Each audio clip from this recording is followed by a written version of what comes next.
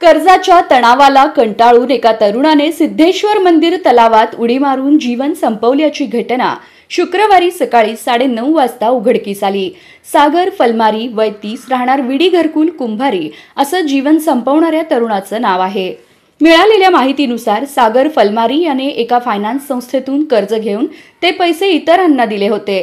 मात्र ज्यांना पैसे दिले होते त्यांनी परतफेड न केल्याने तो गेल्या काही दिवसांपासून मानसिक तणावाखाली होता।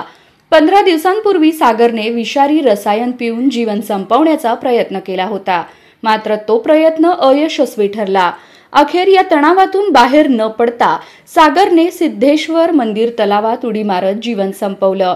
शुक्रवारी सकाळी सिद्धेश्वर तलाव परिसरातील विष्णू घाट येथे सागरचा मृतदेह पाण्यावर तरंगताना आढळून आला। घटनेची माहिती मिळताच फौजदार चावडी पोलीस ठाण्याचे हवालदार S.H. घुगे यांनी घटनास्थळी धाव घेतली व मृतदेह शासकीय रुग्णालयात शवविच्छेदनासाठी पाठवला। या घटनेचा अधिक तपास पोलीस करत आहेत।